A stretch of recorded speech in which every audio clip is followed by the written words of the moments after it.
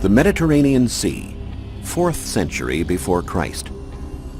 In ancient times, people looked everywhere for signs of their destiny, in animal entrails, in a flash of lightning. If you were at a crossroads, you relied on the predictions of the gods more than an analysis of the facts. The approach was not scientific, but magical and mystical. Religion did not provide answers to the great questions of life.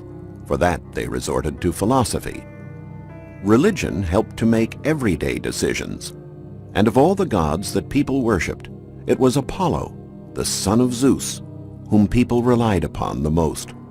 Millions of Greeks, Romans, Persians, and Egyptians asked him and his oracles for favors at least once in their lifetime. The shrine of the oracle at Delphi was the most renowned center of prophecy in the ancient world. Come with us as we examine the Sanctuaries of Apollo to discover why people relied so heavily on rites and religions, and why Apollo was at the center of this worship.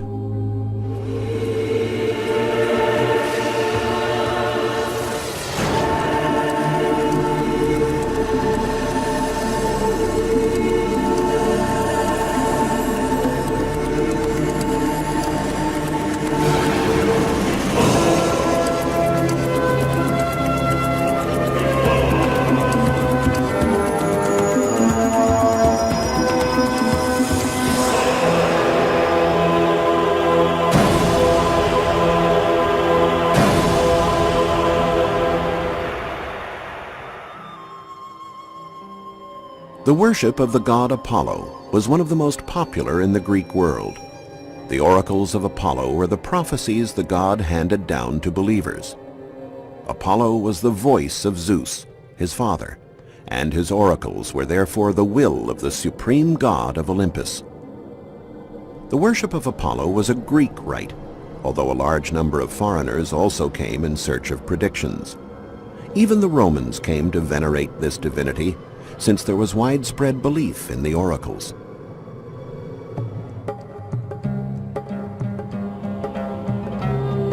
The worship of Apollo was at its peak in Greece in the 4th century BC. Temples erected in honor of the god were everywhere. 3 of the biggest and most important sanctuaries, which for various reasons had some claim to fame, were the sanctuary on the island of Delos in the Cyclades, the one at Delphi in Phocis, and the one at Didyma near the city of Miletus in Ionia, present-day Turkey.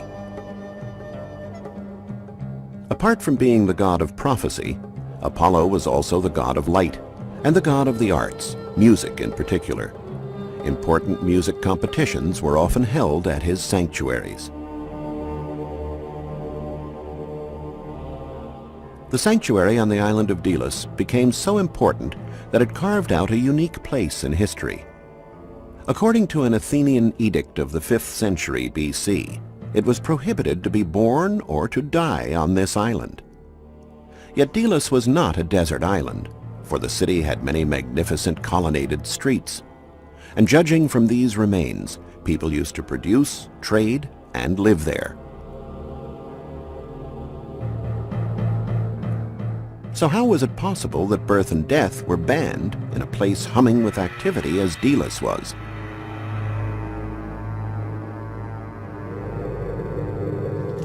When archaeologists started excavating on the nearby desert islet of Rhenea, they found a big necropolis with thousands of bones and burial artifacts, and the answer to their question. It was there that the people of Delos buried their dead, and where island women gave birth.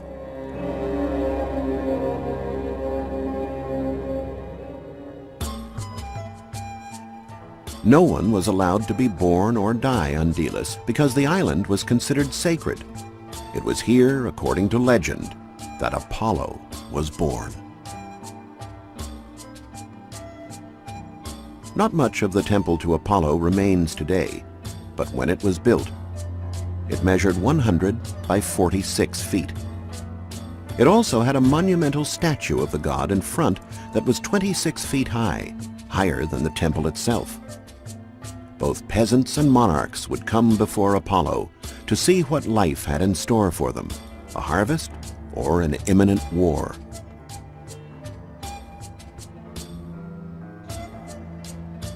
However, the god could not influence fate, which to the Greeks was already written and inevitable, even for Zeus.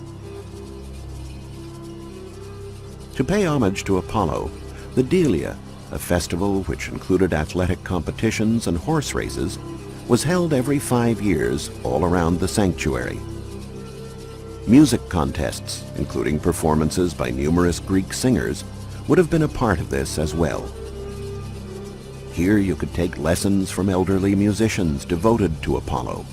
You could learn to play the lyre, learn the metrics of verses. You could also learn how to compose melodies and adapt them to the rhythm of poetry. If you wanted, you could compete with the great winners of the Delian singing contests.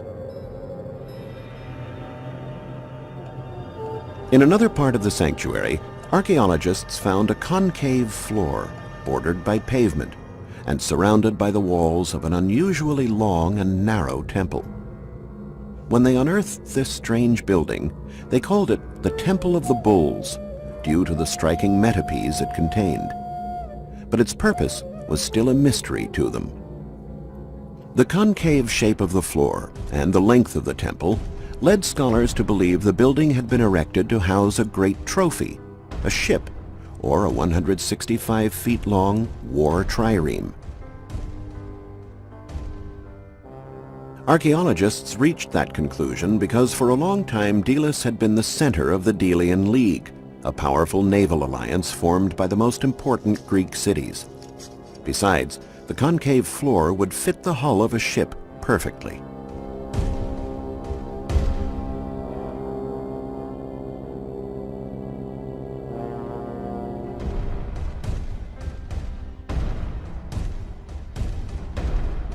The Greek city-states had formed a league to defend its members from the Persian Empire, a powerful and menacing enemy they all feared.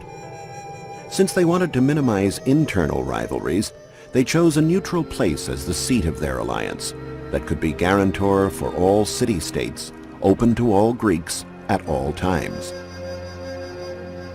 The sacred island of Delos was just right. For a long time, the League's treasure was kept here. Delos was also famous in ancient times for its thriving slave market and its favorable trade position at the center of the main sea lanes.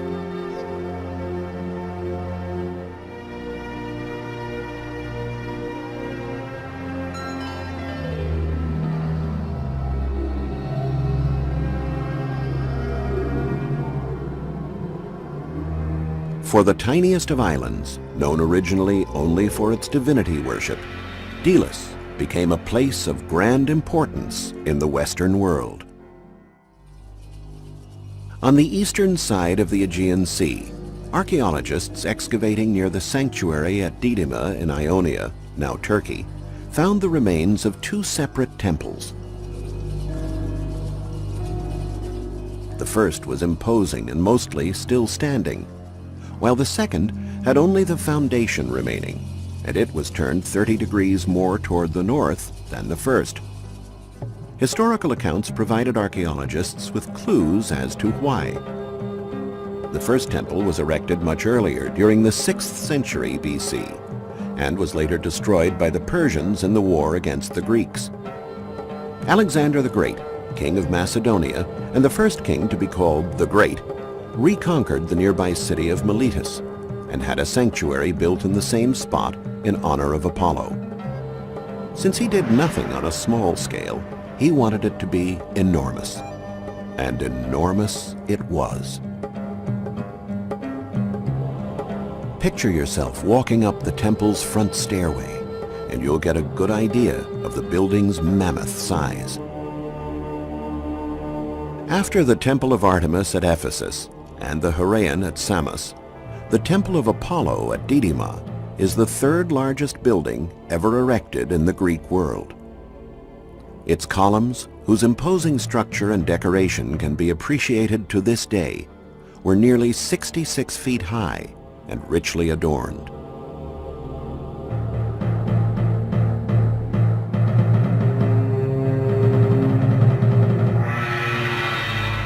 The colonnade that was erected at the top of the stairway had 3 entrances, 2 small ones on the sides, and a big one in the middle that was always open. Although it was the most inviting entrance, it was prohibited to use it.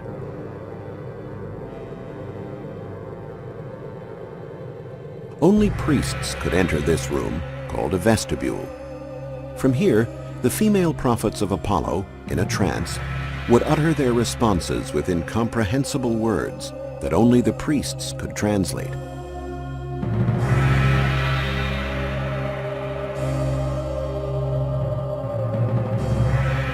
The rest of the crowd of worshippers could use either of the small side entrances to see the rest of the sanctuary.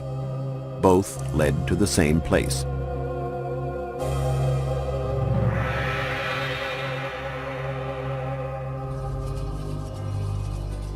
After walking through one of the small entrances, one would descend to the ground floor.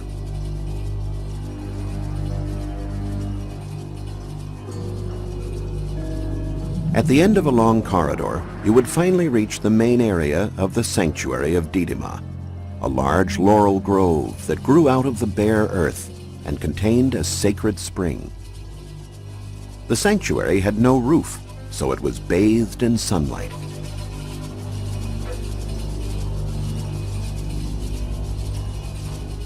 In the background, there was a small temple called a Naiskos in Greek that contained the statue of Apollo.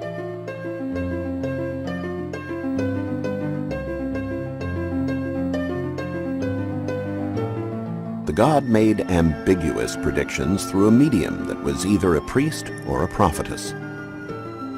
Responses were interpreted, and worshippers understood the oracle only after an event had occurred. In this way, the god never made a mistake.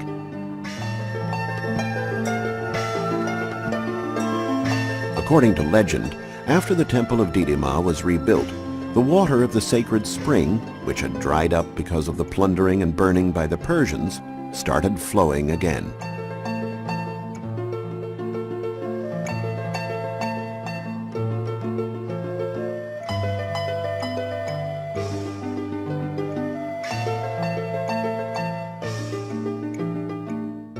The sacred spring and the laurel grove explained the unusual architecture of the impressive building that was mostly roofless and erected on 2 levels with 2 stairways, one to go up and the other to go down.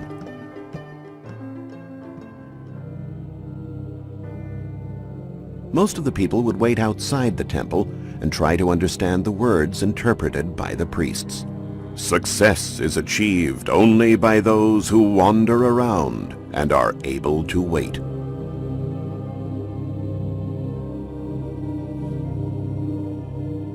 Worshippers could set off on the sacred road with this knowledge, comforted by the fact that with Apollo's words, they could not fail. The words encouraged them and filled them with self-confidence, making them surer of their own strength.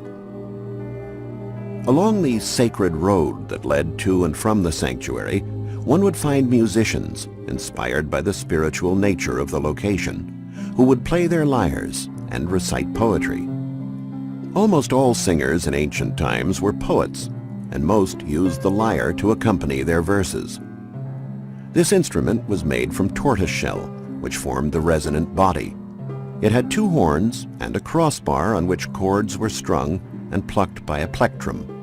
In those days, musicians not only had to be good players, they had to be healthy and good-looking as well. It is said that the great Homer was not allowed to take part in a singing contest because he was blind. It was on the Greek mainland where the most renowned center for prophecy in the ancient world was located, the Sanctuary of Apollo at Delphi. In early digs, archaeologists excavating at deep layers of the ground found only votive statuary with female guise.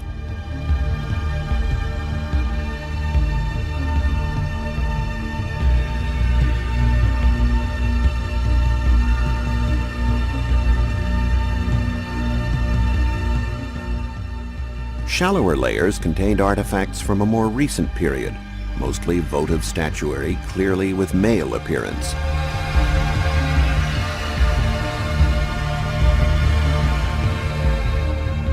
Why was there such a big difference? Once again, legend provided scholars with a key for interpreting this. It is said that Gaia, the goddess of the earth, was venerated in an earlier period at Delphi, and that the serpent Python guarded her sanctuary.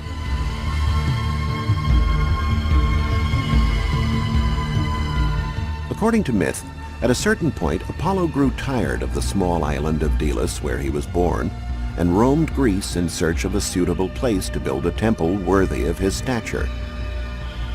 When he arrived at Delphi, he decided to erect his temple there, but had to take on the serpent Python that was the guardian.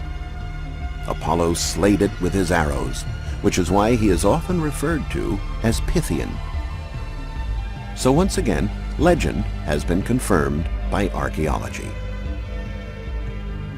The votive statues of Gaia, antiquity of the earlier period, demonstrate the existence of a temple dedicated to her, while the votive statues of Apollo prove the change in worship that occurred in the later period, and explains why they were found closer to the surface.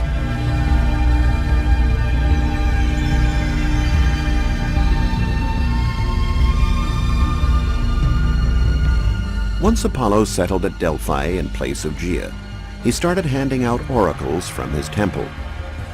But where and how did the god transmit his mysterious messages to worshippers? Archaeologists found an underground passage under this terrace that housed the temple of Apollo at Delphi. The tunnel led to a hollow with crevices in a rock. Scholars compared this discovery with ancient historical sources and discovered how the rite was performed.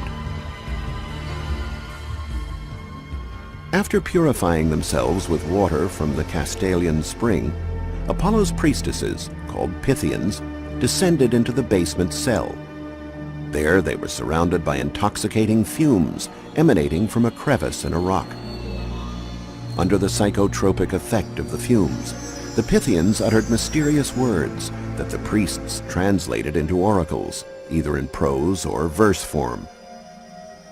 Although this practice might amuse us today, in ancient times even the fate of a kingdom was entrusted to the oracles. A king might decide whether or not to attack, wage war, make peace, fight back, or surrender, based on their predictions. By giving vague answers that could be interpreted in a number of ways, persuading people to act or wait, Apollo's priests ended up influencing the politics of the time. And since they had power, they could be bribed. To have a well-wishing oracle who could help obtain consensus from the people, monarchs and politicians did not mind paying the priests.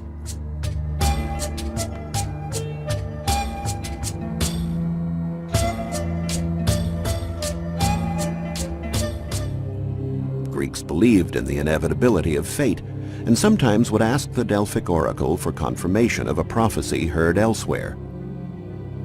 Knowing that through the priests Apollo could be less ambiguous and give more details about one's future, it would behoove one to make a generous offering, so the priests would be more attentive. The oracle did not cure souls, nor prepare anyone for the afterlife, but simply handed out predictions that could be translated into real advantages in everyday life.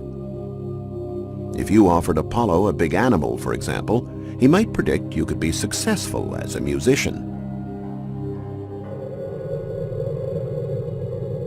The ancient sacred road that leads to the sanctuary, crammed today with tourists wanting to see the archaeological site, was lined in ancient times with statues and small temples. They were the treasures of Delphi that Greek writer Pausanias from the 2nd century AD described with an abundance of detail. This treasure of the Athenians is the best preserved one. But there were many, all containing valuables and artworks, most of which were carried off over the centuries and never found again. Yet Delphi never fails to amaze. Gold, bronze, and ivory votive objects, and a magnificent sphinx, perhaps the city's most beautiful statue, have been unearthed there. These superb objects, however, were not mentioned in Pausanias's meticulous book entitled Description of Greece. Scholars found the answer to this mystery by examining the disasters that occurred in the area, like earthquakes and the many landslides on the hills at Delphi. Had the gifts offered to Apollo been damaged in the disasters, they could no longer be displayed. That's why people were forced to bury them as offerings inside the sanctuary. So the many masterpieces, already under the ground during Pausanias's time, can now be admired at the local museum.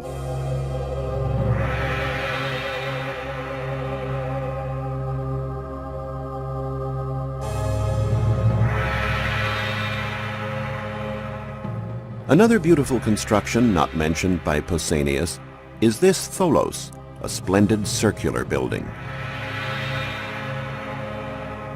The building had a diameter of approximately 30 feet and was 23 feet high.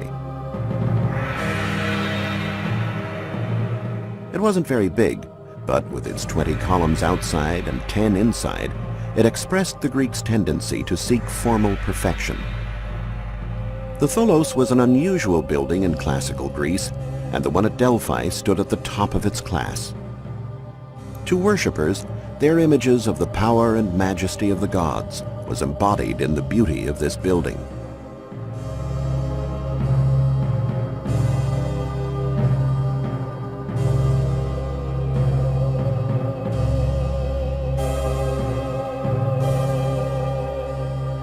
Besides being a place of worship, Delphi also played host to the Pythian Games, one of the 4 great athletic and artistic festivals of ancient Greece. Chariot races were one of the highlights of the festival, as represented by this bronze statue.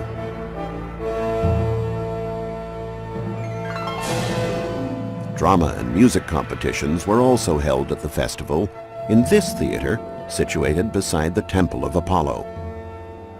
If we listen closely, we might hear one of the oracle's predictions calling out to us. Only those who have the courage to face the fiercest battles will receive the greatest rewards. The battles at the Pythian Games included competition in wrestling, running, and throwing, and the event was held every 4 years between the Olympic Games. Winners were awarded crowns of laurel wreaths, the plant worn by Apollo himself, to whom the games were dedicated. Apollo was known for his wisdom and sense of justice. He was the patron of archery and bows and showed great courage even as a child.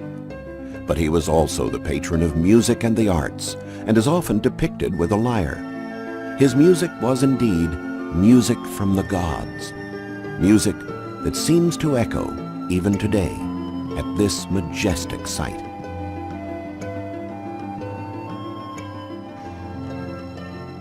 According to myth, Zeus, the father of Apollo, released 2 eagles from opposite ends of the earth to discover the exact center of the world. They met at Delphi. To the Greeks, this was the navel of the earth, their center of the world. And Apollo was the brilliant god, the god of light and truth, the paragon of male beauty who embodied all the values they held dear, and who could guide them through their lives. It was to Apollo that the Greeks entrusted their future.